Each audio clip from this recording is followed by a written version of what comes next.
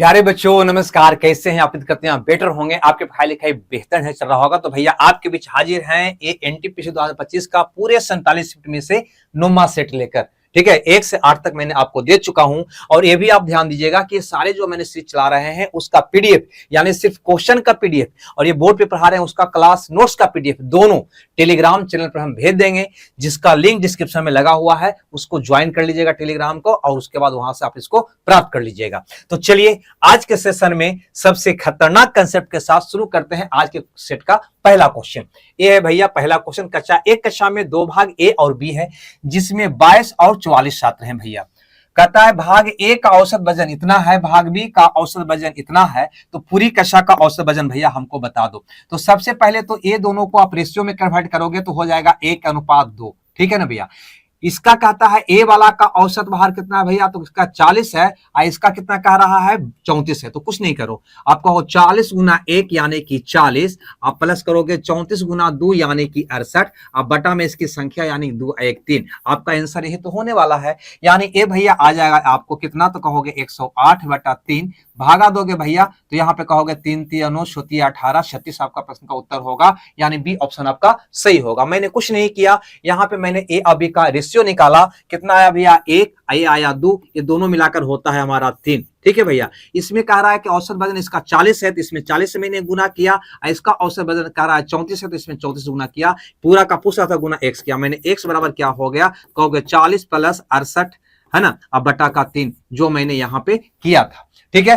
अब आगे देखो अगला क्वेश्चन, यहाँ पे ए वाला क्या कहता है ना। ये सिंप्लीफिकेशन का क्वेश्चन बहुत आसान सा क्वेश्चन है। यहाँ पे तो इसको काटोगे 9 चौके 36, 4 बार में कट जाएगा दोस्त। उसके बाद पूरा का क्रिया करने के बजाय सबका जब अलग अलग है तो इकाई अंक पे काम कर लोगे। ठीक है, कहोगे 4 और 2 6, 6 24, 4 4 और 9 13 यानी कि 3, अंतिम अंक 3, यानी पूरा को हल करोगे अंत में क्या आएगा 3 आएगा, और 3 केवल सी में है, सी मेरा सही उत्तर होगा। चलो आगे देखते हैं अगला क्वेश्चन। मजा आ रहा है तो एक बार लाइक शेयर कमेंट्स कर दीजिएगा। अपनी समान गति का 2/5 चाल से चलते हुए अभिजीत 48 मिनट देर पहुंचता है। उसके घर और गंतव्य के बीच की दूरी तय करने का सामान्य समय बताओ, यानी कि वास्तविक समय बताओ। एक बार बताओ, आप सबको पता है ना कि जब दूरी कांस्टेंट होता है तो समय का जो रेशियो होता है दोस्त वो चाल का उल्टा होता है, सबको पता है। तो चाल का रेशियो यहाँ पे 2:5 है, तो समय का रेशियो इसका उल्टा यानी कि 5:2 होगा। क्या कहेंगे जी? यहाँ पे ध्यान देना, समान गति का यानी कि समान गति का क्या है चाल 5 है ना। ये वाला समान गति हुआ दूसर का, तो ये हो गया हमारा सामान्य गति, यानी कि वास्तविक चाल की बात कर सकते हैं इसको। ठीक है ना, ठीक है, आई बात समझ में। ये हुआ मेरा वास्तविक समय। देखो अगर वो वास्तविक चाल से जाता है तो गंतव्य स्थान पर यानी कि ऑफिस 2 घंटे में पहुंचता है, लेकिन चाल में परिवर्तन करके जब जाता है तो उसको 5 घंटा लगता है, यानी 3 घंटा लेट पहुंचता है। यहाँ पे क्या कहा है भैया कि 48 मिनट लेट पहुंच रहा है, और यहाँ पे क्या देख रहे हैं भैया, कर रहे हैं 3 लेट पहुंच रहा है। तो यही 3 का वैल्यू हो गया 48, यानी 1 का वैल्यू क्या होगा दोस्त, कह दोगे 16। हमसे पूछा कि उस बीच दूरी को तय करने में उसको सामान्य यानी कि एक्चुअल टाइम क्या लगने वाला है, तो एक्चुअल टाइम तो ही होगा ना, 1 का वैल्यू 16, तो 2 का वैल्यू क्या हो जाएगा 16 दूनी 32 मिनट। 32 मिनट मेरे प्रश्न का उत्तर होगा। अगर वो वास्तविक चाल से जाएगा तो अनुपातिक 2 घंटा का समय लगेगा, जो कि 2 का वैल्यू हो जाएगा 32, यानी कि ऑप्शन बी आपका सही हो जाएगा। हमें लगता है ये बात भी आप समझ गए होंगे। मजा आ रहा है तो एक बार लाइक शेयर कॉमेंट्स जरूर कर दीजिएगा। आगे बढ़े, चलो भैया आगे बढ़ते हैं और ये क्वेश्चन को देखते हैं। कहता है देखो सेम क्वेश्चन है लेकिन डाटा सिर्फ चेंज है, नाम भी सेम है ना। यहाँ पे कहता है कि समान गति का 2/5 चाल से चलते हुए अभिजीत 18 मिनट लेट पहुंचता है। ये क्वेश्चन में क्या कहा था भैया, 48 मिनट लेट पहुंचता है। मतलब बोलो ना, है ना, क्वेश्चन सेट करने वाले को क्या नशा करके सेट करता है क्या? बिल्कुल सेम क्वेश्चन डाल दिया, खाली डाटा का अंतर है। चलो हम बता देते हैं आपको, कहीं कोई दिक्कत नहीं होगी। यहाँ पे स्पष्ट है दो, समय का अनुपात जो होगा इसका उल्टा होगा। 2 5 है तो ये होगा 5 2, है ना। ये 2 क्या है, समान गति कौन है, ये पर जरूर ध्यान देना, कौन है ये 5, है ना। नीचे वाला यानी कि ये वाला यानी कि ये हो गया हमारा सामान्य समय। ठीक है भैया, यानी कि समान चाल से यानी कि एक्चुअल यानी वास्तविक चाल से जाएगा तो उसको 2 घंटा लगेगा, और अगर चाल में परिवर्तन करके जाएगा तो 5 घंटा लगेगा। कितना लेट पहुंचेगा, कहोगे 3। और यहाँ पे कह रहा है कितना लेट पहुंच रहा है भैया, तो कह रहे हैं 18, तो यहीं पे ना 1 का वैल्यू हो गया 6। हमसे पूछा एक्चुअल टाइम क्या होगा, तो 1 का वैल्यू यानी 6 दूनी 12 मिनट इसमें आ जाएगा। आई बात समझ में, तो बोलो हाँ, नहीं आया तो ना बोल सकते हो, कोई दिक्कत नहीं है, हम तो सुनेंगे नहीं, कॉमेंट दोगे लेकिन पढ़ लेंगे। ये क्वेश्चन कह रहा है दोस्त कि 2 सकेंद्रीय वृत्तों की त्रिज्या 10 और 26 सेंटीमीटर है। बड़े वृत्त की जीवा की लंबाई बताओ जो छोटे वृत्त को क्या करता हो, स्पर्श करता हो। क्या करेगा इसके लिए, एक आप पहले तो वृत्त बनाओगे, ठीक है। चलो मैंने कोशिश करता हूं गोलकार एक वृत्त बनाने के लिए, बड़ा वृत्त हो गया। इसके भीतर भैया एक छोटा वृत्त भी हमको बनाना है ना। दोनों वृत्त का केंद्र एक ही है। हमें कहता है कि बड़े वृत्त की जीवा बताओ जो जो छोटे वृत्त को स्पर्श करता हो। क्लियर सी बात है, ये बड़े वृत्त की जीवा हुआ जो छोटे वृत्त को स्पर्श कर रहा है। तो ये स्पर्श बिंदु पर घिंचा का ये त्रिज्या क्या होता है, लंबवत होता है, यानी 90 का कोण बनाता है, सबको पता है ना। स्पर्श रेखा पर केंद्र से स्पर्श रेखा के स्पर्श बिंदु पर घिंची गई त्रिज्या क्या होती है, लंबवत होती है। अब यहाँ पे एक चीज और दिया है कि छोटे वृत्त की त्रिज्या 10 है, ये वाला कितना है 10 है। बड़े वृत्त की त्रिज्या 26 है, यानी यहां से यहां घिंचोगे दोस्त, ये वाला कितना हो जाएगा आपका 26 होगा। और ये भी जानते होंगे केंद्र से जीवा पर डाला गया लंब जीवा को समद्विभाजित करता है, यानी यहां से यहां तक का दूरी यहां से यहां तक का दूरी के बराबर होगा। अब एक बार बताओ, अगर तुम ट्रिपलेट जानते होगे तो आपको दिखाई दे रहा होगा कि ये वाला 5 का डबल है भैया, ये वाला 13 का डबल है भैया, 13 का है ना। तो 5 12 13 ट्रिपलेट होता है क्या, 5 12 13 ट्रिपलेट होता है क्या। तो ये वाला भी 12 का डबल 24 होगा क्या, कहेंगे जी। ये वाला कितना होगा, 24 होगा। हमें जीवा की लंबाई पूछा, ये 24, ये भी क्या होगा भैया 24, क्योंकि केंद्र से जीवा पर डाले गया लंब जीवा को 2 बराबर भागों में बांटता है। तो ये 24, ये भी क्या होगा 24। अब बताओ कि ये जीवा की लंबाई कितना हो गया, कहोगे 24 + 24 यानी कि 48 हो गया, जो मेरा प्रश्न का उत्तर हुआ, यानी ये ऑप्शन मेरा सही हुआ। हमें लगता है ये बात भी आपको समझ में आ गया होगा। आगे बढ़े तो आगे बढ़ते हैं और देखते हैं इस क्वेश्चन को। ये कहता है लंबा सा क्वेश्चन कि राज के पास इतना रुपया है भैया, वह इसे अपने पुत्र वरुण और आशीष में बांट देता है और उन्हें 10% के कहता है कि चक्रवृद्धि ब्याज पर तुम बैंक में जमा कर दो, है ना। यह देखा जाता है कि वरुण और आशीष को क्रमशः 13 और 14 वर्ष के बाद समान राशि मिलती है। राज ने आशीष को कितना धनराशि दिया। देखो इसको बनाने के लिए आपके पास है ना बहुत आसान सा तरीका है। टोटल 1218 रुपया था जो अपने दोनों बेटों में ये क्या किया भैया, बांट दिया। क्या किया, बांट दिया वरुण और आशीष में। वरुण और आशीष में मान लो कि वरुण को भी मिला तो आशीष को ए मिला।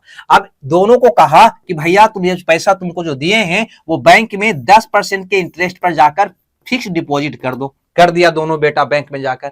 क्या होता है नतीजा कि 13 वर्ष के बाद वरुण निकालता है पैसा, 13 वर्ष के बाद वरुण निकालता है और 14 वर्ष के बाद को निकालता है, आशीष निकालता है। और दोनों का पैसा जो लौट के आता है वो समान आता है। कोई बात नहीं। सोचो वरुण को अगर 20 रुपया मिला होगा तो 13 वर्ष में कितना हो गया होगा दोस्त, तो कहोगे 10% का मतलब होता है 10/100 यानी कि 1/10 यानी 10 का 1% यानी कि क्या होगा भैया इसका होल वैल्यू 11/10 होगा कि नहीं। यानी वरुण जो पैसा 10% के दर से बैंक में इन्वेस्ट किया होगा वो कितना हो गया होगा, तो कहोगे 11/10 के पावर 13 हो गया होगा, 13 हो गया होगा, है ना। ये 13 लिख देते हैं यहाँ पे। और आशीष को 1 रुपया जो मिला होगा वो कितना हो गया होगा भैया, तो कहोगे ये भी हो गया होगा 11/10 के पावर 14 वर्ष तक है तो पावर 14 हो गया होगा। ये दोनों राशि मिला, क्या मिला, दोनों को बराबर मिला। क्लियर सी बात है। यानी अगर तुम वरुण और आशीष का रेशियो निकालोगे तो क्या निकलेगा, है ना। एक को इधर लाए इधर उधर फेंकोगे तो इतना बटा इतना हो जाएगा। बेस समान है तो पावर घट जाएगा, 14 में जाएगा 1 यानी कि 11/10 के पावर 1 यानी कि 11/10 यानी कि 11:10 हो जाएगा।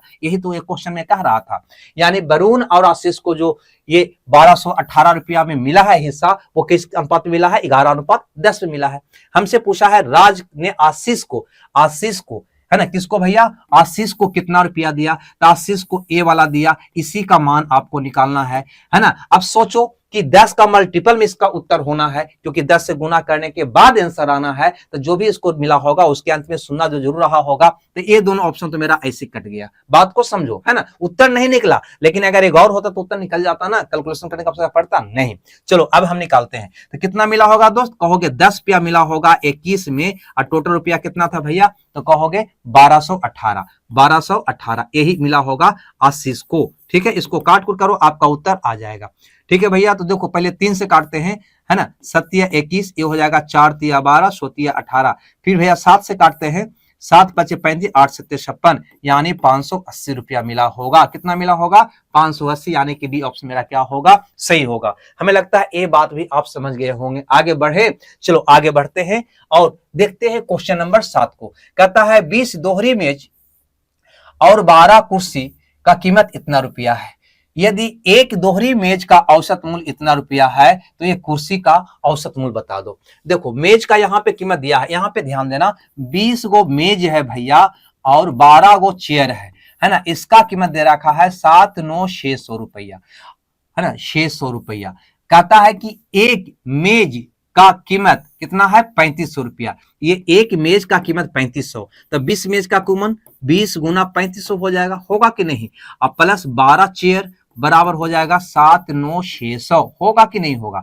अब 12 चेयर का कीमत कितना होगा दोस्त, कहोगे 7,9,600 में से भैया ई वाला को घटा दीजिए, 35 70,000, है ना। यहाँ पे वो सुनना बार बार छूट जाता है, बेईमान तो हम है नहीं, लेकिन सुनना क्यों छूट जाता है पता नहीं। तो 35 दूनी 70,000 रुपया को घटा दो, इसको में से 70,000 मैंने घटाया तो सी मैंने कि एक चेयर का मूल्य निकल गया कितना भैया, तो कहोगे 9600 भागा कितना हो जाएगा 12, 12 8 96 यानी 800 रुपया एक चेयर का मूल्य रहा होगा, यानी कि डी ऑप्शन आपका सही रहा होगा। हमें लगता है ये बात भी आपको क्लियर हो गई होगी, है ना। अगर दोस्त वीडियो बढ़िया लग रहा है ना तो समझिए कि हम क्या कहना चाह रहे हैं अपने दोस्तों में शेयर करने के लिए। खैर अब इसका मान निकालो। हमें पता है कि बेस समान होने पर गुना या पावर जुड़ता है, भागा पावर घटता है, ये गुना में है। अगर ये तीनों बेस बराबर रहे तो पावर जुड़ जाएगा, तो पहले बेस को बराबर करो, ठीक है ना भैया। ये क्या है 8/11 है, क्या है 8/11 बनाओ। जो ही इसको 8/11 बनाओगे, 8/21 है, सॉरी 8/21 बनाओगे दोस्त, तो इसका पावर खास निगेटिव हो जाएगा, +12 है तो -12 हो जाएगा, ये ध्यान देना, है ना। ये इसको बनाओगे कितना भैया, तो 8/21 तो ये है, तो रहने दोगे इसको ना, 8/21 तो है ही, इसका पावर कितना हो जाएगा 14 हो जाएगा। अब गुना इसको भी बनाओगे 8/21, 8/21 तो इसका पावर क्या हो जाएगा दोस्त, कहोगे माइनस में बदल जाएगा। ये तो उनका दिया हुआ है 8/21 का पावर कितना है दोस्त, तो कहोगे 9m प्लस का 20 है। क्लियर है। अब सबका बेस बराबर हो गया ना, यानी कि पावर क्या होगा जुड़ जाएगा। चलो पावर को जोड़ते हैं, है ना। क्या हो जाएगा -12 हो जाएगा, +14 हो जाएगा, -14 हो जाएगा, है ना। ये पावर तीनों क्या हो गया जुट गया, बराबर इधर का कितना हो गया इसका भैया, तो 9m प्लस का 20 हो गया। बात को समझो, इसको जोड़ोगे, ये तीनों को जोड़ोगे तो इतना का पावर इतना हो जाएगा, इतना का पावर इतना, बेस बराबर है तो पावर भी क्या होगा बराबर होगा। अब 14 से 14 तो आपका कट जाएगा दोस्त, यानी कि 9m बराबर हो जाएगा -32। क्या होगा भैया -32, यानी m बराबर हो जाएगा दोस्त -32/9। देखो तो कोई ऑप्शन में है तो तुरंत टिकआउट मारो, -32/9 हमको दिखाई दिया तो हम तो टिकआउट मार दिए, आप भी टिकआउट मार दो। क्लियर है, हाँ या ना। चलो बढ़िया है, क्लियर है तो बढ़िया है। यहाँ पे कहता है 4% वार्षिक ब्याज की दर से 1680 रुपया कितना हो जाता है 2100 रुपया, यानी SI कितना हुआ दोस्त, तो कहोगे 420 रुपया हुआ, यानी ई में से घटा दिए SI निकल गया। क्लियर है, यहाँ तो कोई दिक्कत नहीं। हमसे समय पूछ रहा है तो यहाँ पे दो काम कर सकते हो, ठीक है। फॉर्मूला अगर जानते हो तो समय बराबर होता है 100 गुने ब्याज बटा मूलधन गुने दर होता है, ये होता है ना।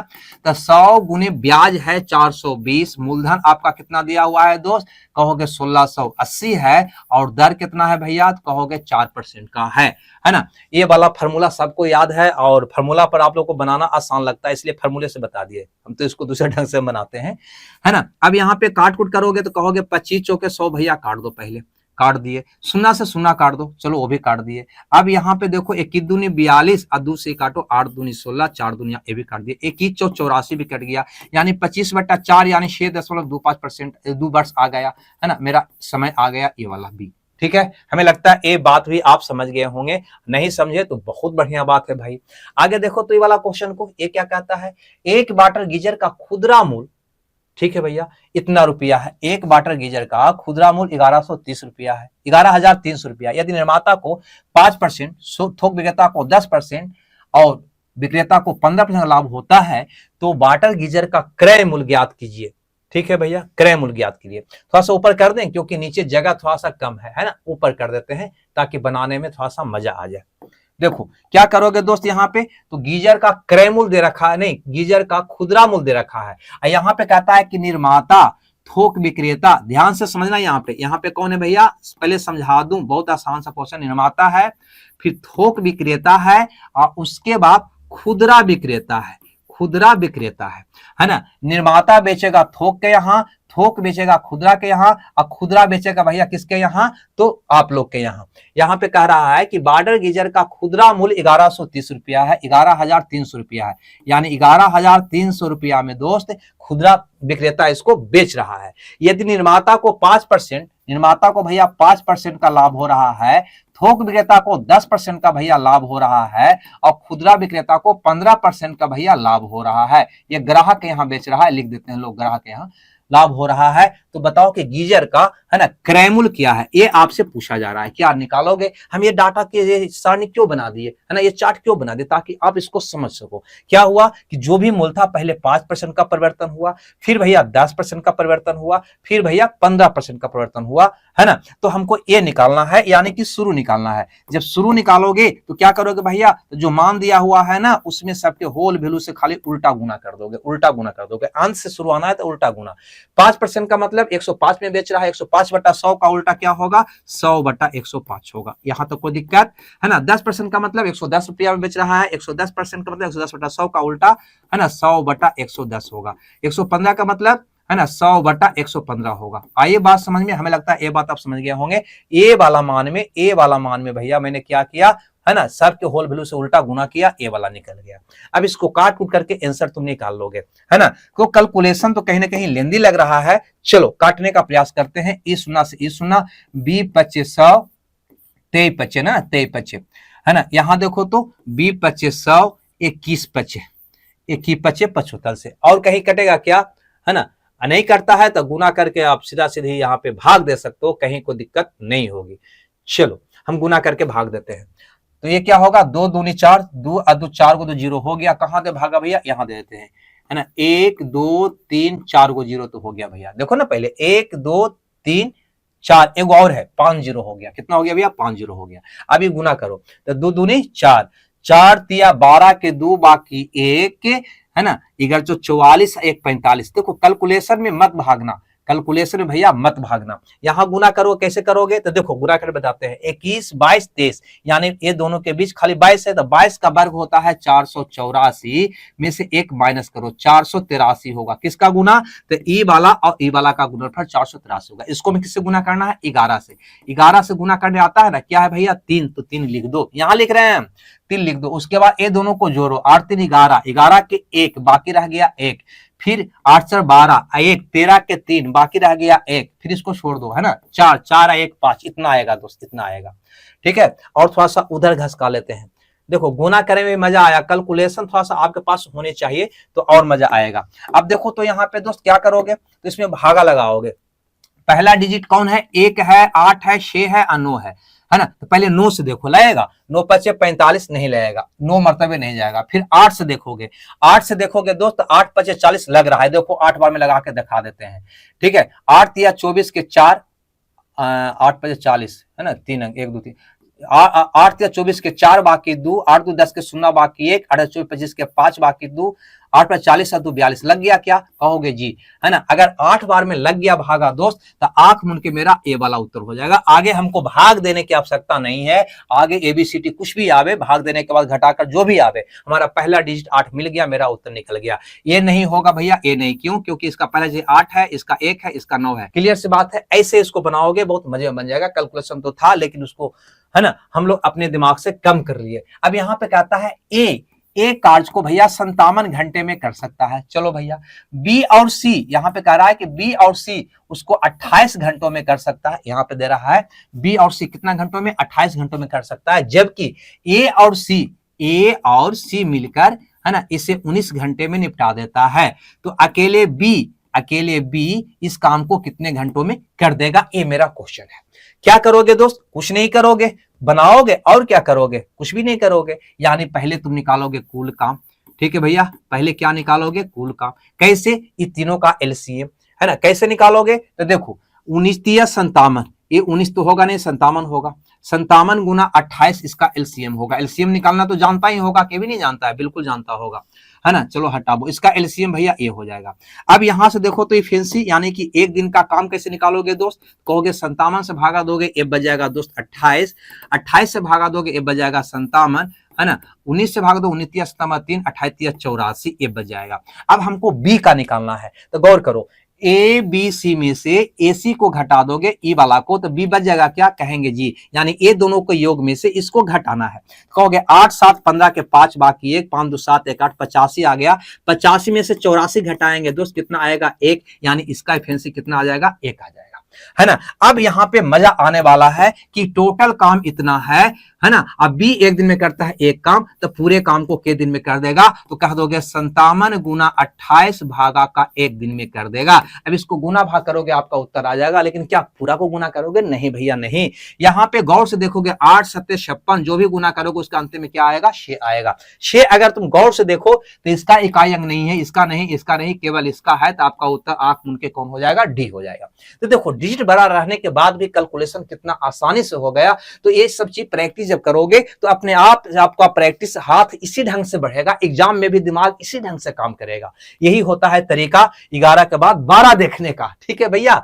12 भी देखो तो प्रश्नावली इतना और का माध्यका निकालो। माध्यका कैसे निकालते हैं, तो जो भी आंकड़ा होता है ना उसको पहले बढ़ते क्रम में सजा लेते हैं। चलो सबसे छोटा मान कौन है भैया, हमको 11 दिखाई दे रहा, और कोई है क्या, नहीं, तो पहले 11 को तुम लिख लोगे। 11 के बाद कोई छोटा अंक दिखाई दे रहा है, कहेंगे जी हमको 32 दिखाई दे रहा है, तो 32 को हम लिख लेंगे यहाँ पे। 32 के बाद कोई छोटा अंक संख्या दिखाई दे रहा है, कहेंगे जी 45 हमको दिखाई दे रहा है, तो 45 को भैया हम रख लेंगे। क्लियर सी बात है। 45 के बाद भी कोई दिखाई दे रहा है, ये वाला क्या कहोगे ना, ये वाला, यानी कि 53 को रख लेंगे, ठीक है भैया। 53 के बाद 56 को रख लेंगे।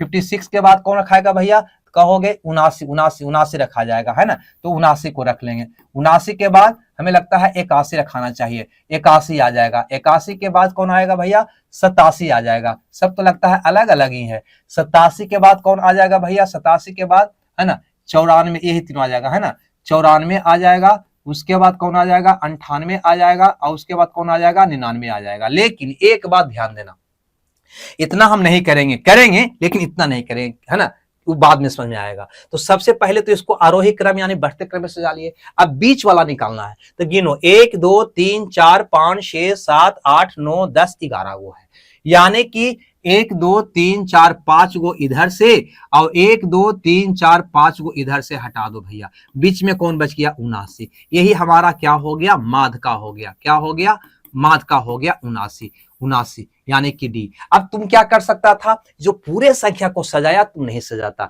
क्योंकि तुम्हें पता था कि इसको बढ़ते क्रम में सजाना है और जो बीच में होगा वही मेरा माध्यका होगा, है ना। तो यहीं पे गिन लेता, 1 2 3 4 5 6 7 8 9 10 11 है। 11 है, 11 में एक जोड़ के है ना बटा 2 कर देता, कितना आ जाता भैया, तो छठा पद, है ना, छठा पद जो होता वही मेरा आंसर होता।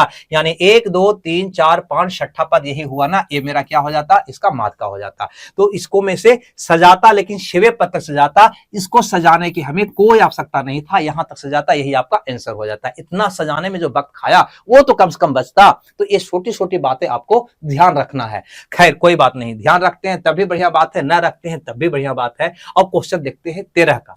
कहता है एक दुकानदार ने अपने सामान को क्रय मूल्य से 1% अधिक अंकित किया यदि उन्हें 16% छूट पर बेचता है। देखो यहाँ पे अंकित मूल्य जो भी रहा हो, देखो यहाँ पे क्रय मूल्य तुम मानोगे तो 100, तो 1% बढ़ा कर लिखोगे दिक्कत लगेगा, इसलिए जहां से डाटा मिल जाए वहीं से लिखना स्टार्ट करो, अज्ञात राशि से नहीं। यहाँ पे 16% छूट पर बेच रहा है, यहाँ हमको मिल रहा है कि अंकित मूल्य अगर 100 मानेंगे तो इस पे 16% डिस्काउंट देकर वो बेच रहा होगा, यानी 100 का सामान वो कहीं ना कहीं कितना भैया, तो 84 रुपया में बेच रहा होगा। क्लियर है, यहां तक निकल गया।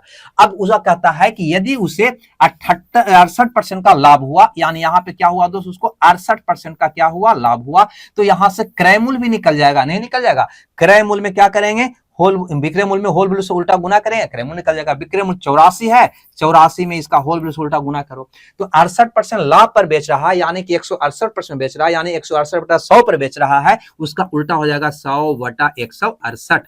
हमसे क्या पूछा है, तो ये x का मान पूछा है। x क्या है, तो क्रय मूल्य से अंकित मूल्य जो बढ़ा कर लिखा है, क्रय मूल्य से अंकित मूल्य जो बढ़ाकर लिखा है, तो ये विक्रय मूल्य से क्या मतलब, हमको तो क्रय मूल्य और अंकित मूल्य को देखना है कितना बढ़ाकर लिखा है जो हमसे पूछा जा रहा है ना। तो इसको हटा दोगे। अब हटाती क्या होगे, ये 100 से भैया ये 100 कट जाएगा, सिर्फ ये दोनों में रेशियो निकालोगे। अब कहोगे यहाँ पे कट रहा है 4 बार में, 2 बार में नहीं, 21 4 84 और 4 4 16 है ना, ये 2 बार में कट रहा था, नहीं 2 बार में कट रहा था, 21 दूनी 42, 2 बार में कट रहा था, यानी आ गया भैया 2:1 आ गया ना, है ना। यानी क्रय मूल्य 1 है तो बढ़ा कर लिख दिया है 2। यहीं पे क्या करो दोस्त कि 2 गो शून्य इधर और 2 गो शून्य इधर बैठा लो, यानी 100 रुपया क्रय मूल्य था और लिख दिया कितना 200, तो कितना अधिक लिखा, है ना। यही तो मेरा क्वेश्चन है, कितना अधिक लिखा जो x दे दिया है ना।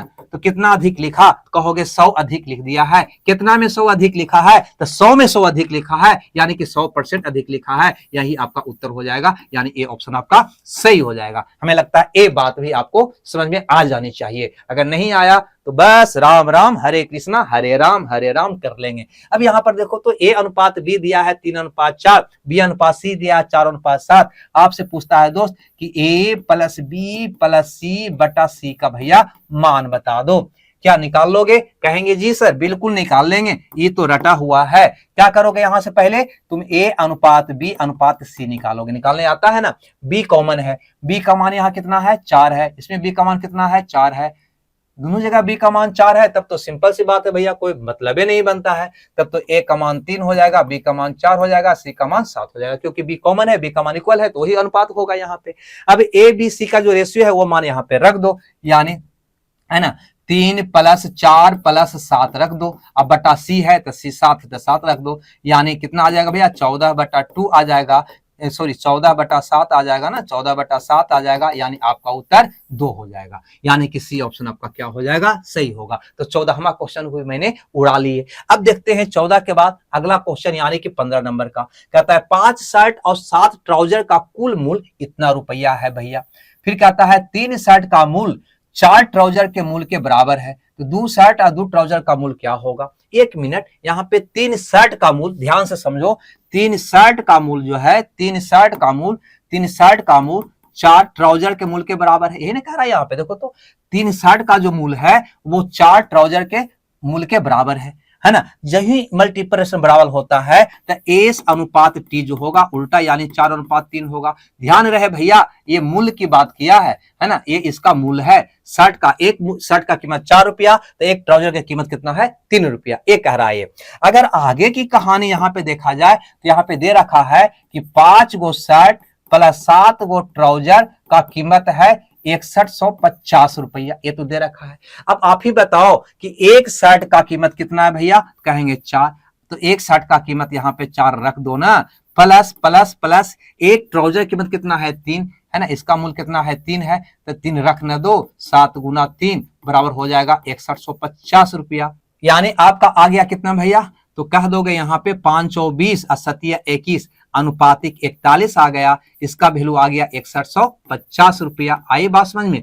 ये जो है कहीं ना कहीं हम अनुपात में मान निकाले हैं तो अनुपातिक मान हो गया, तो अनुपातिक 41 का मूल्य इतना आ गया। हमसे पूछता है कि भैया 2 ट्राउजर, हमसे पूछता है 2 ट्राउजर और 2 शर्ट का कीमत बता दो। इधर ले आवे, इधर इधर इधर इधर, हाँ 2 शर्ट। अब बताओ तो यहाँ पे एक शर्ट का कीमत यहाँ पे कितना है 4, तो 2 शर्ट का कीमत होगा 4 दूनी 8 हो जाएगा। अब प्लस प्लस है ना, 2 ट्राउजर की कीमत कितना हो जाएगा भैया, तो 3 दूनी 6 हो जाएगा। क्यों? क्योंकि एक ट्राउजर की कीमत है 3, तो 2 का 3 दूनी 6, यानी 8 800 कितना हो जाएगा भैया 14। यही 14 का मान निकालना है, तो अनुपातिक 14 का मान निकाल दो, आपका उत्तर आ जाएगा 6150 बटा 41 गुने कितना हो जाएगा भैया 14, है ना, कितना हो जाएगा 14। अब इसको काट उठ करो, आपका उत्तर आ जाएगा 15 बार में। लगता है ये जा रहा है, देखो तो जा रहा है जी 15 बार में, 15 बार में देखो तो, है ना, 15 एकम 15 के 5 बाकी 1 तो 60, हाँ जा रहा है, ठीक है।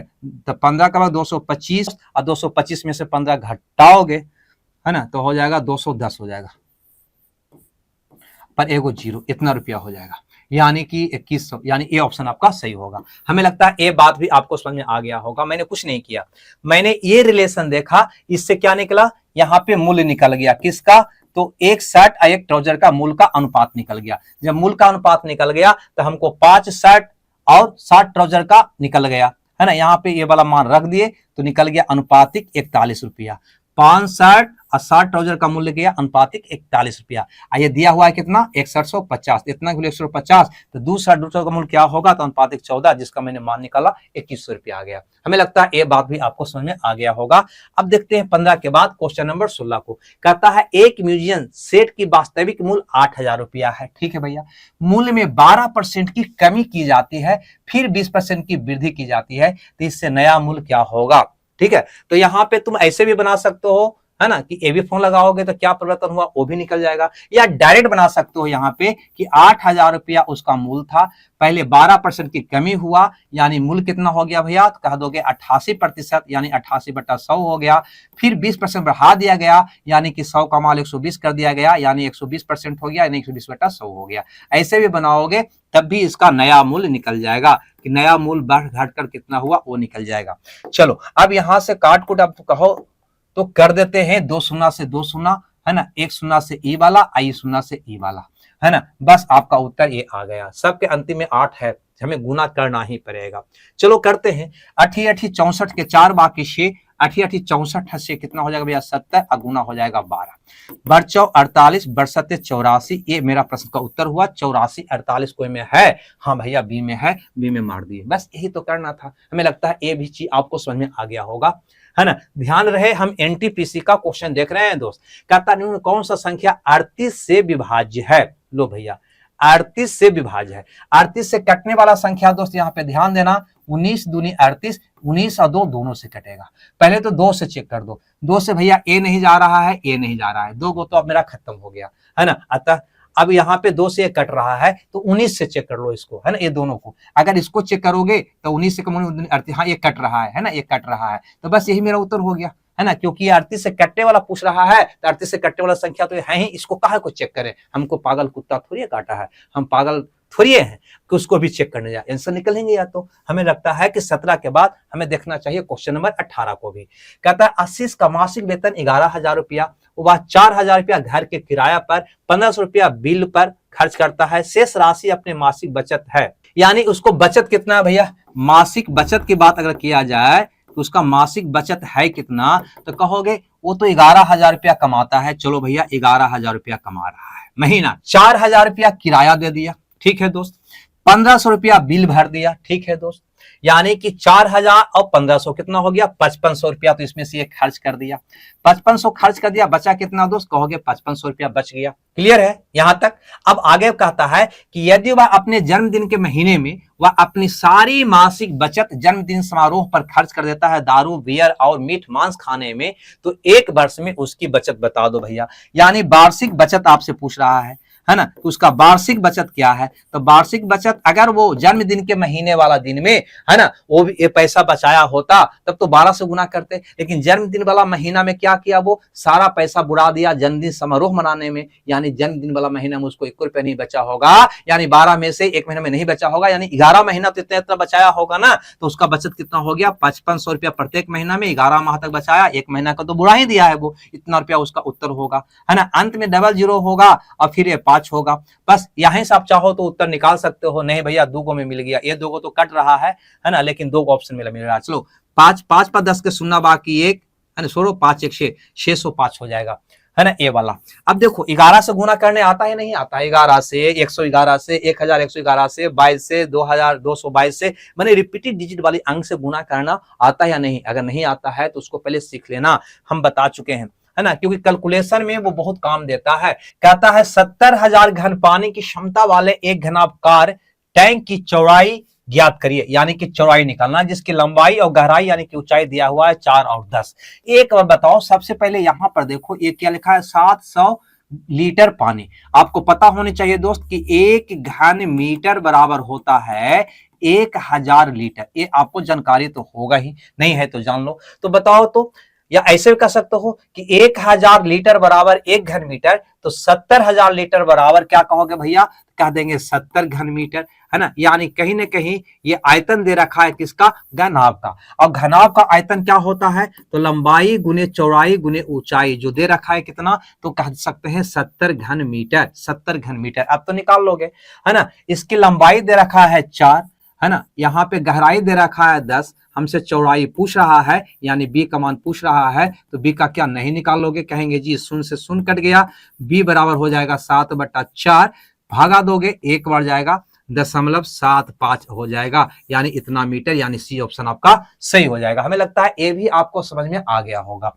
अगर ये समझ में आ गया तो अगला क्वेश्चन काहे को छोड़ रहे हो, ये तो बहुत आसान है। कहता है 40% बचाता है, उसका व्यय दे रखा है इतना, तो इतना बचाता है तो व्यय कितना होगा दोस्त, कहोगे 60%, यानी 60% का मान है 480, तो सीधे कह सकते हैं 60% 480, तो बताओ उसका आय क्या है, यानी 100%। इसका क्या गुना है भैया, तो कहोगे 8 का 48, 8 गुना, इसका 8 गुना कितना हो जाएगा 800, कोई ऑप्शन में है तो टिक आउट मार दो। हमें लगता है ये भी आपको समझ में आ गया होगा। अगर ये आ गया है तो एक किस्मा को काहे को छोड़ोगे भाई, कहता है ये दोनों आकर्मपाती है, यानी बाई और x+3 आकर्मानुपाती है, यानी बाई इनवेरिज हो जाएगा x+3, ये कह रहा है।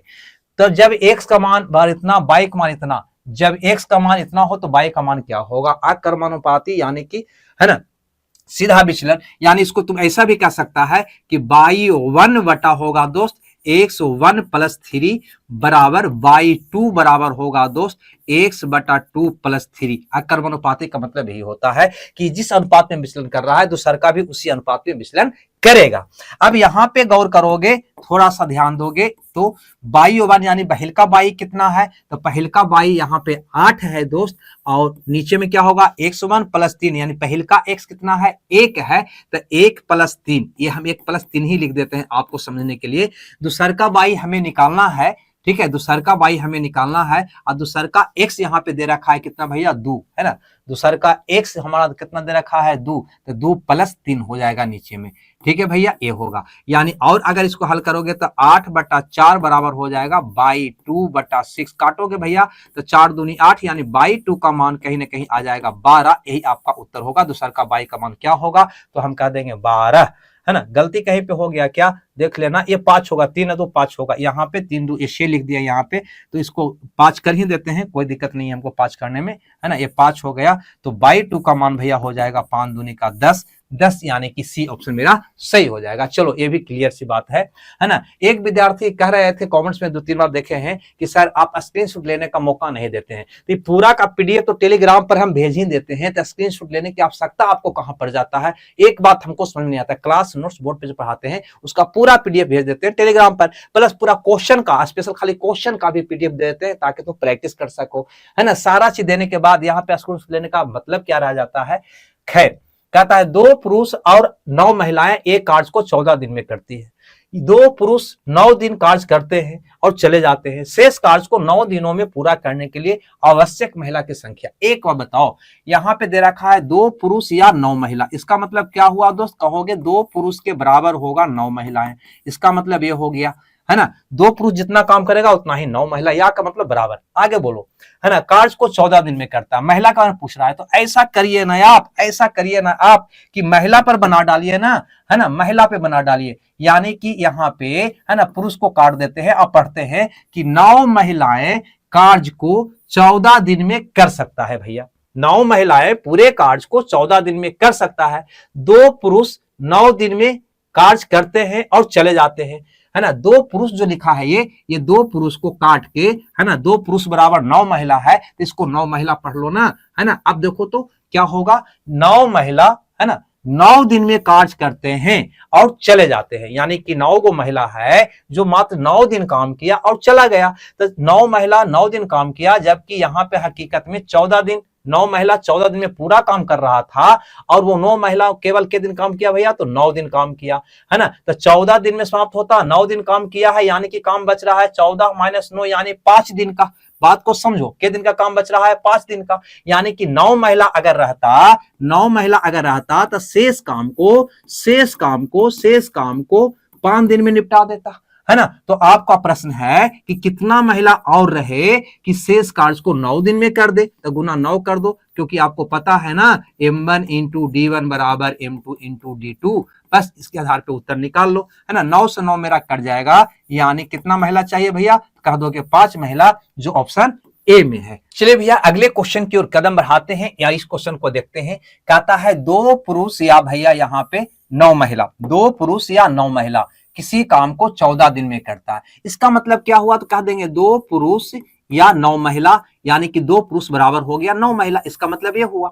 अब आगे यहाँ पे प्रश्न में देखोगे, है ना, कहता है 2 पुरुष 9 दिन तक काम किया और चला गया, शेष कार्य को 9 दिनों में पूरा करने के लिए कितनी महिला की आवश्यकता होगी। महिला के बारे में पूछ रहा है तो महिला पर पढ़ लो ना, यानी क्या करो यहाँ पे कि पुरुष को छोड़ दो भैया। अब सीधे कहो कि 9 महिला पूरे काम को 14 दिन में कर सकता था, और यहाँ पे 2 पुरुष है तो 2 पुरुष को भी काटो, 2 पुरुष बराबर क्या है 9 महिला, तो इसको 9 महिला बना दो, 9 महिला बना दो। ठीक है भैया, तो 9 महिला 9 दिन काम किया और चला गया। ठीक है, और 9 महिला जो है 14 दिन में, 9 महिला जो है 14 दिन में काम को कर सकता था। तो 9 महिला काम किया के दिन 9 दिन और चला गया, तो बचा के दिन का काम, तो 14 - 9 यानी 5 दिन का काम, यानी कि वो 9 महिला रहती नहीं जाती तो 5 दिन में काम को निपटा देता। तो ऐसा कह सकते हैं क्या कि 9 महिला शेष काम को 5 दिन में कर सकता है ना। यहां लिख दें शेष काम को भैया 5 दिन में कर सकता था। तो कितनी महिला को लगाएं कि ये शेष काम 9 दिन में खत्म हो जाए, 9 दिन में खत्म हो जाए, तो गुना 9, क्योंकि आपको पता है ना M1 × D1 बराबर M2 × D2। बस इसके आधार पे इसको बना लोगे, 9 से 9 कट गया, कितना महिला चाहिए दोस्त, कहोगे 5 महिला। आपका ऑप्शन कौन सही हो जाएगा, तो ए सही हो जाएगा। आगे चलें, अब देखते हैं क्वेश्चन नंबर 23 को। 23 क्या कहता है कि एक धात्विक ठोस गोले का व्यास 42 सेंटीमीटर है, इसे पिघलाकर 0.6 सेंटीमीटर काट व्यास वाले एक तार में खींचा जाता है। तार क्या होता है दोस्त, कहता है बेलन के आकार का होता है, ये बात ध्यान देना। तो तार की लंबाई निकालो। हमें पता है कि कोई भी वस्तु को, कोई भी पिंड को पिघलाकर दूसरा पिंड में जब बदला जाता है तो वैसी स्थिति में उसका आयतन बराबर होता है। क्या बराबर होता है, आयतन बराबर होता है। तो दोनों का आयतन बराबर कर दो। ठीक है, तो गोले का आयतन क्या होता है, कहोगे 4/3 पाई r3, है ना, r कितना होगा, तो व्यास है 42, तो r हो जाएगा इसका आधा, यानी कि 21 का क्यूब, यानी 21 × 21 × 21 होगा ना। अब बराबर इसको क्या बनाया गया है, तार, यानी कि बेलन का क्या होता है, कहोगे पाई r² h, पाई r इसका कितना भैया, तो 0.6 सेंटीमीटर इसका क्या है व्यास है, तो r कितना होगा इसका आधा, यानी कि 0.3, तो गुना 0.3।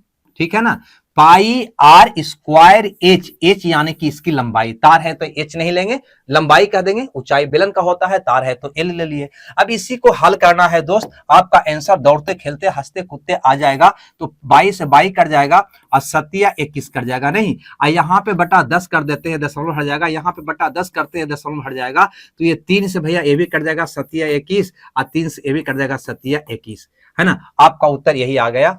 ठीक है, यानी एल बराबर आ जाएगा ई गुना ई गुना ई गुना ई गुना ई।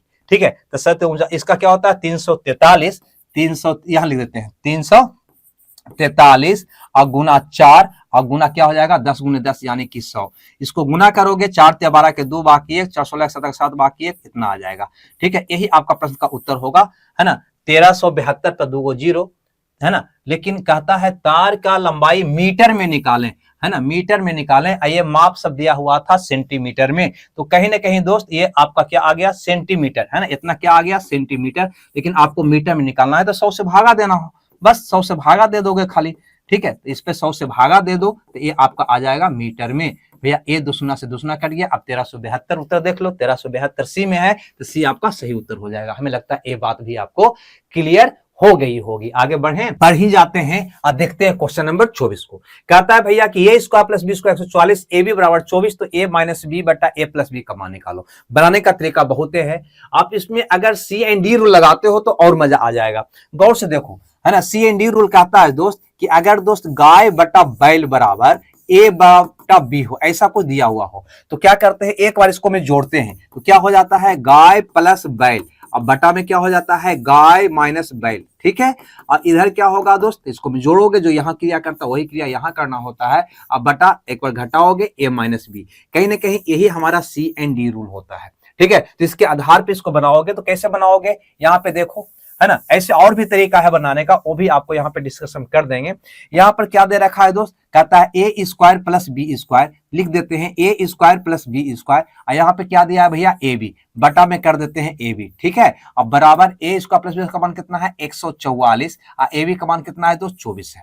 क्लियर है यहाँ पे। अब यहाँ पे एक चीज ध्यान देना, हम यहाँ पे A square plus B square minus 2ab या प्लस 2ab करने वाले हैं। उसके लिए यहाँ पे हम 2 से गुना, और यहाँ पे भी भैया हम 2 से क्या कर देते हैं गुना कर देते हैं, ठीक है। अब देखो तो करता है तो काट दोगे इसको, है ना, 24 शक 6 बार में ये चला जाएगा और 3 बार में ये चला जाएगा, यानी 3/1 ही हो जाएगा। अब क्या करोगे, एक बार जोड़ोगे फिर एक बार घटाओगे। चूंकि यहाँ पे माइनस वाला का मान ऊपर में है तो एक बार पहले घटाते हैं, तो हम कहेंगे A square plus B square minus का 2ab, फिर नीचे में क्या करेंगे, ऊपर घटाया है तो नीचे जोड़ेंगे A square plus B square plus 2ab, ये हो जाएगा हमारा। इधर क्या होगा, ऊपर घटाया है तो घटाओ, 3 में से 1 गया 2 और 3 1 क्या होगा 4 होगा। अगर गौर करोगे तो ये वाला फॉर्मूला a माइनस बी का होल स्क्वायर का बन गया दोस्त यहाँ पे, है ना। तो यहाँ पे हम इसको लिख सकते हैं a माइनस बी का होल स्क्वायर, और नीचे भी लिख सकते हैं a प्लस बी का होल स्क्वायर, लिख सकते हैं कि नहीं लिख सकते हैं। अब बराबर 1/2 हो जाएगा, ठीक है। और यहां पे अगर हल करोगे स्क्वायर को उधर फेंकोगे तो हो जाएगा a माइनस बी अब बटा में a प्लस बी, है ना। स्क्वायर को फेंकोगे दोस्त क्या होगा, अंडर रूट 1/2 हो जाएगा, यानी आपका उत्तर कौन सही हो जाएगा, डी, क्योंकि इसी का मान तो पूछा गया था, यहाँ पे गौर से देखोगे। क्लियर है।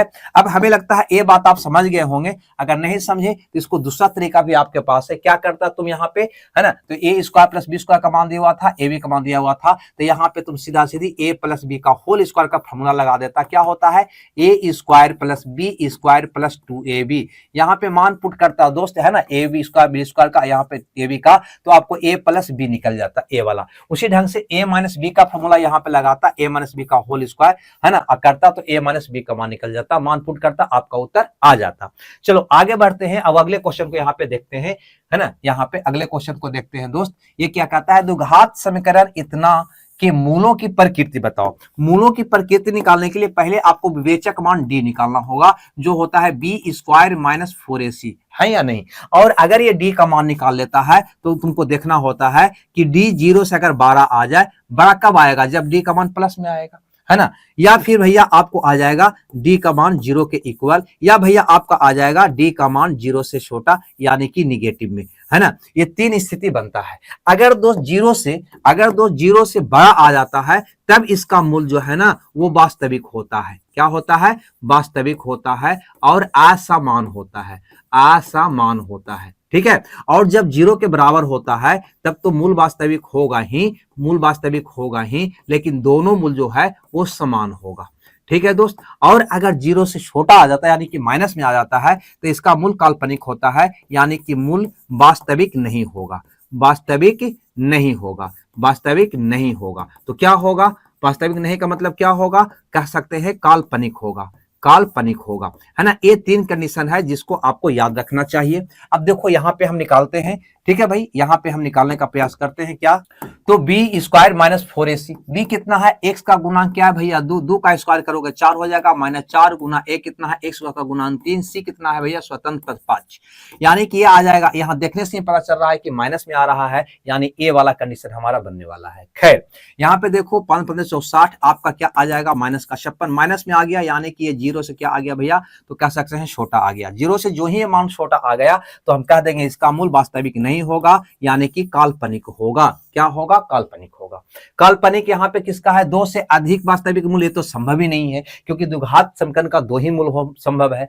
वास्तविक और भिन्न नहीं भैया, क्यों, क्योंकि वास्तविक और भिन्न कब होगा, जब ये पॉजिटिव आएगा, डी का मान प्लस में आएगा। वास्तविक और समान नहीं भैया, वास्तविक कब होगा, समान कब होगा, जब ये 0 के बराबर होगा, है ना। सम्मिश्र मूल यानी कि काल्पनिक मूल, हाँ काल्पनिक मूल इसका होगा। हमें लगता है ये बात आपको क्लियर हो गई होगी। तो क्लियर अगर हो गया तो देखिए अगला क्वेश्चन ये वाला, यानी कि 26 नंबर का क्वेश्चन क्या कहता है कि 10.6 मीटर लंबी सीढ़ी दीवार के सहारे झुकी हुई है। जहां पे भी दीवार की बात आए ना सीढ़ी का, तो बिल्कुल ऐसे आप फिगर आंख मूंद के भैया बना देना, ये आपका सीढ़ी हो जाएगा, ये आपका दीवार हो जाएगा, कुछ नहीं करना है यहाँ पे, ठीक है। अब यहाँ पे आगे की कहानी जो है उसको पढ़ लेंगे।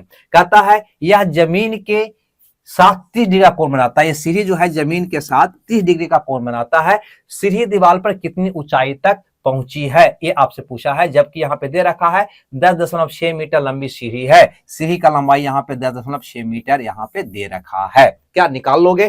कहेंगे जी सर हम ये निकाल लेंगे, करना कुछ नहीं है।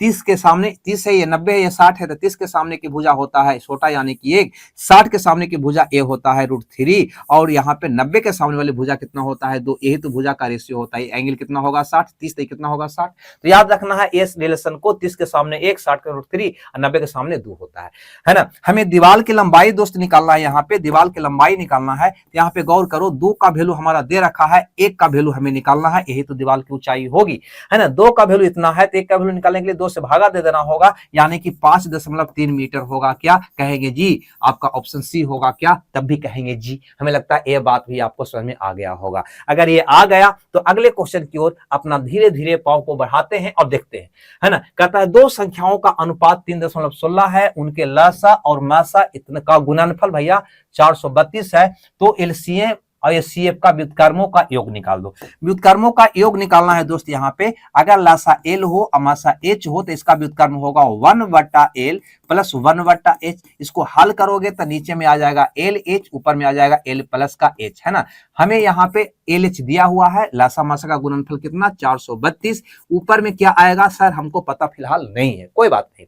नीचे में अगर दिया हुआ है तो स्वाभाविक है कि ये भिन्न में आपका यहाँ पे ऑप्शन है, तो हर में तो 432 का बेटा बेटी ही रहा होगा, यानी उसका फैक्टर ही तो रहा होगा ना। अगर दोस्त इसमें से हम 3 को बाहर निकालते हैं तो कहोगे 3 को बाहर निकालिएगा सर, 14 तिया 42 और 4 तिया 12, ये आ जाएगा 144 आ जाएगा।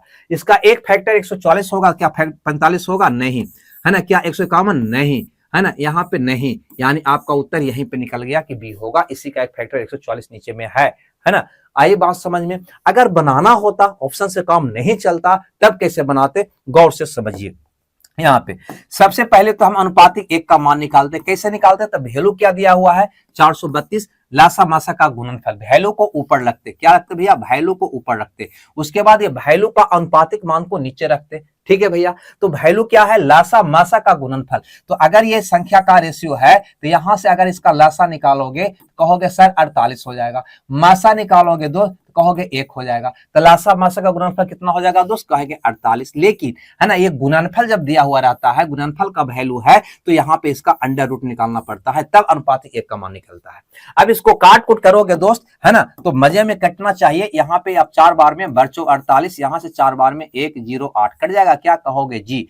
वर्णमा 8 होता से 9 बार में 9 का वर्गमूल क्या हो जाएगा भैया? तो 3 हो जाएगा, यानी अनुपातिक 1 का मान हमारा निकल गया 3। अब जब अनुपातिक 1 का मान निकल गया तो किसी का भी मान निकाल लोगे, है ना। हमें क्या चाहिए? लासा मासा का योग, है ना। यहाँ देखो लासा तुम अनुपात पे निकाला है 48 और मासा निकाला है 1, इसका योग कितना होगा? 49, है ना। 49 अनुपातिक 49 का मान निकालोगे। 1 का वैल्यू 3 है, उसका मान कितना होगा? 9 तिया 27, या कह दो 49 गुना 3, ऐसे लिखने दो सीधे, ये होगा, है ना। लासा मासा का योग, लासा मासा का योग यहाँ पे डाल दो 49 और गुना का 3। ठीक है भैया। अब ये 3 से इसको काटोगे तो 144 बार में कट जाएगा, आपका उत्तर आ जाएगा 49/144। ठीक है भैया, है ना। ये वाला 9 है भैया, ये ध्यान देना, ये 9 है, दशमलव नहीं है। क्लियर है? तो 49/144 ऑप्शन बी में था। तो बनाने का तरीका भी आपको मैंने बताया, इस ढंग से इसको हल भी कर सकता था। अब 27 के बाद हम देख लेते हैं क्वेश्चन नंबर 28 को, ए वाला को, है ना। यहाँ पे x + y 10 है, x गुना y कितना है? 16। आपसे कहता है x4 + y4 का मान निकालो। तो यहाँ पे कहीं ना कहीं फार्मूला से तो निकाल सकता है, या फिर ऐसा क्या कर सकता है, 16 का ऐसा दो फैक्टर जिसको गुना करने पे 16 आवे और जोड़ने पे 10 आवे। कहेंगे जी कर सकते हैं, बिल्कुल। 8 दूनी 16 अगर दोस्त करते हो तो यहाँ पे गुना करोगे 16, जोड़ोगे 10 आ जाएगा, यानी कहीं ना कहीं आपका x का मान 8 आ गया, y का मान 2 आ गया। तो भैया इसका मान निकाल लोगे ना, इसका मान निकाल लोगे ना। क्या कहता है? x का पावर 4 यानी 8 के पावर 4 गुना y के पावर 4 यानी 2 के पावर 4 कर दोगे। क्या कहोगे जी? 8 का घन करते हैं 512 होता है, पुनः 8 से गुना करोगे 8 दूनी 16 100 बाकी 1 8 है 1 9 8 5 40 हो जाएगा। अब गुना 2 दूनी 4 दूनी 8 दूनी 16 हो जाएगा। ठीक है ना। जो नहीं गुना नहीं है, यहाँ पे प्लस है दोस्त, ये प्लस है। ठीक है, तो इसको प्लस बना देते हैं। ठीक है, इसको प्लस बना देते हैं, इसको प्लस बना देते हैं। जब इसको प्लस करोगे दोस्त, ये होगा 2 के पावर 4, ये होगा 2 दूनी 4 दूनी 8 दूनी 16, जोड़ोगे इसको तो 6 से 12 के 2 बाकी 1 10 बाकी 1 1 1 1 1 4112। ऑप्शन डी में डी आपका सही उत्तर होगा। हमें लगता है ये बात भी आपको क्लियर हो गई होगी। ठीक है, आगे बढ़े, चलो आगे बढ़ते हैं 29 नंबर का क्वेश्चन में। कहता है इसका माध्य निकाल दो। माध्य तो भैया सब निकालना जानता है ना, माद बराबर होता है सिग्मा एफ एक्स बटा सिग्मा का एफ, यही होता है क्या, कहेंगे जी। है तो फॉर्मूला बहुत आसान, सब लोग जानते हैं, लेकिन जब कैलकुलेशन करेंगे तो इसका गुना इससे, इसका गुना इससे, ये गुना ये दोनों गुना करके जोड़ के ऊपर में लिखना होगा और नीचे में इसका योग लिखना होगा, फिर उसको हल करना होगा। थोड़ा सा लंबा नहीं लग रहा है कि हो जाएगा, समय नहीं खाएगा। तो भैया यहाँ पे आप लगाओगे इकाई अंक का कंसेप्ट, इकाई अंक का कंसेप्ट या फिर C9 है ना, यानी जिसको तुम लोग कहते हैं आज के डेट में डिजिटल सम लोग कहने लगे हैं, ये लगा के तुम चेक कर सकते हो। इकाई अंक पे थोड़ा सा हमें संभावना जा रहा है, यहाँ पे इकाई अंक 1 यहाँ पे 1 दोनों में सेम है ना, तो हम क्यों ना डायरेक्ट हम C9 ही लगा लें। चलो C9 ही लगा लें, तो C9 हम लगाने का प्रयास भैया करते हैं। यहाँ पे C9 लगाओ तो 3 ये क्या होगा 4 होगा, सिंगल निकाल रहे हैं, 7 दोनों मतलब क्या हो जाएगा 0, यहाँ पे 9 ये हो जाएगा 5, ए वाला हो जाएगा 7 भैया, ए वाला हो जाएगा हमारा 7, ठीक है। यहाँ निकालोगे ए हो जाएगा 5, 7 5 12 यानी कि 3, ए वाला हो जाएगा 8, ए वाला हो जाएगा 8, ए वाला हो जाएगा 1, ए ना होगा। अब यहाँ पे क्या करना है ना, ये दोनों को गुना करके जोड़ना है, तो 5 और 20 यानी कि 2 सिंगल डिजिट आया, यहाँ पे आ गया 0 गुना किए तो यहाँ पे आया 8 5 40 यानी कि 4, यहाँ पे 8 7 56, 56 यानी 6 5 11 यानी कि 2 आ गया भैया, यहाँ पे क्या आ गया 7 आ गया, 7 एकम 7 बटा में यहाँ पे क्या होगा, तो 5 3 8 8 8 16 यानी कि 7 7 अपने अंक 6 क्या हो गया 7 हो गया। अब यहाँ पे आ गया 4 2 6 2 8 7 15 15 यानी कि 6 बटा 7 हो गया। हर में अगर दोस्त यहाँ पे 7 है, हर में 7 है तो इसको काटो, ऊपर क्या करोगे 4 से गुना, यानी 6 24 24 24 का मतलब क्या हो जाएगा 6, जिसका सिंगल डिजिट आएगा वो आपका उत्तर होने वाला है ना। इसका निकालते हैं 4 आता है, उत्तर नहीं होगा। इसका निकालते हैं 9 मतलब 0 नहीं होगा। 5 1 6 हाँ भैया हो सकता है। 7 4 11 यानी 2 नहीं होगा। 3 ऑप्शन कट गया, आपका ऑप्शन सी तो बिल्कुल सही हो जाएगा ना। हमें लगता है इस मेथड से आपको निकाला जा सकता है। इकाई अंक पर खुद ट्राई करना है ना। इकाई अंक में यहाँ पे 2 में 1 था, अगर किस्मत नहीं साथ देता और कहीं इकाई अंक 1 आ जाता तो फिर से हमको C9 लगाना पड़ता। चलो आगे बढ़ते हैं और अगले क्वेश्चन को यहाँ पे देखते हैं, है ना। आखिरी क्वेश्चन लगता है यह है आपका, नहीं आज के सेशन का 30 नंबर का। कहता है समचतुर्भुज के विकर्णों का गुण धर्म के संबंध में सही कथन को पहचानिए। समचतुर्भुज सब लोग जानते होंगे किसको कहते हैं, तो सबसे पहला इसका गुण धर्म है ना कि इसका तो खैर चारों भुजा बराबर होता है, सब लोग को पता है ये चीज। और इसका विकर्ण के बारे में कह रहा है कि विकर्णों के गुण धर्म के बताओ। तो समचतुर्भुज का विकर्ण एक दूसरे को भैया 90 डिग्री पर समद्विभाजित करता, यानी कि ई बराबर हो जाएगा ई और ई बराबर हो जाएगा ई। यही इसका मेन गुण है क्या, कि समचतुर्भुज का विकर्ण एक दूसरे को समकोण पर समद्विभाजित करता है, बराबर नहीं होता। अब यहां पर देखो, पहला कहता है समचतुर्भुज का विकर्ण बराबर नहीं होते। हाँ बराबर तो नहीं होता है। जो समकोण पर प्रतिच्छेद करते हैं, हाँ समकोण पर तो काटते हैं। एक दूसरे को समद्विभाजित करते हैं, हाँ एक दूसरे को समद्विभाजित करते हैं, क्योंकि ई बराबर क्या होता है, ई होता है, ई बराबर ई होता है ना। पहला तो देखने में बिल्कुल हमको सही लग रहा है, कहीं कोई दिक्कत नहीं है। चलो तीनों को और चेक कर लेते हैं। समचतुर्भुज का विकर्ण बराबर होता है, गलत। समचतुर्भुज का विकर्ण बराबर होता है, गलत। समचतुर्भुज का विकर्ण बराबर होता है, गलत। यानी ऑप्शन आपका ए सही हो जाएगा। हमें लगता है ये बात आप समझ में आ गया होगा।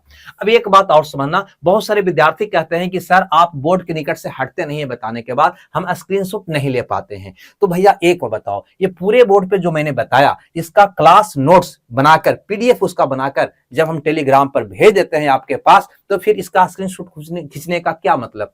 दूसरी बात, हम बहुत सारे विद्यार्थी कहते हैं कि सर प्रैक्टिस करने में नहीं बनता है, इसलिए इसका सिर्फ क्वेश्चन का पीडीएफ भेजिए। तो हम पूरे क्वेश्चन का भी पीडीएफ भेजना स्टार्ट कर दिए हैं, जिसमें इसका सॉल्व नहीं होगा, नीचे में आंसर बना दिए हैं उसका, है ना, कि ताकि आप प्रैक्टिस कर सको। उसका भी पीडीएफ टेलीग्राम पर हम भेज दे रहे हैं, उसको भी आप वहां से ले सकते हैं। टेलीग्राम मिलेगा कहां, तो इस वीडियो के डिस्क्रिप्शन में लिंक टेलीग्राम का डाला हुआ है, KTC PDF by Kapil sir के नाम से, है ना। सबसे पहले टेलीग्राम में जाकर उसको ज्वाइन कर लीजिए और वहां से डाउनलोड कर लीजिए, दोनों को अपने मोबाइल में सेव कर लीजिए, कभी भी आपको यह काम देगा, है ना। और सबसे इंपॉर्टेंट बात यह है, विशेष सूचना आपके लिए खास तौर से है, कि अगर वीडियो बढ़िया लगता है तो अपने साथियों में शेयर जरूर करिएगा, कमेंट जरूर दीजिएगा। वीडियो कैसा लगा ये कमेंट्स आपको देना जरूरी है, ठीक है। नहीं देते हैं, हमें पता नहीं चलता है कि मैं जो वीडियो बना रहे हैं उसमें क्या सुधार करना है, क्या जोड़ना है, क्या घटाना है ना, किससे गुना करना है, किससे भागा देना है, हमको पता नहीं चलता है। इसलिए कमेंट देकर बताना है आपको कि वीडियो कैसा लग रहा है, क्या ये सीक्वेंस को आगे बढ़ाया जाए, क्या और आपको लिए लाया जाए, है ना। ये चीज से हमें अवगत कराइएगा, है ना। इसी उम्मीद के साथ कि आप करेंगे, हम वीडियो को करते हैं पे समाप्त। मिलते हैं अगले सेशन में, जब तक good night, okay, bye bye.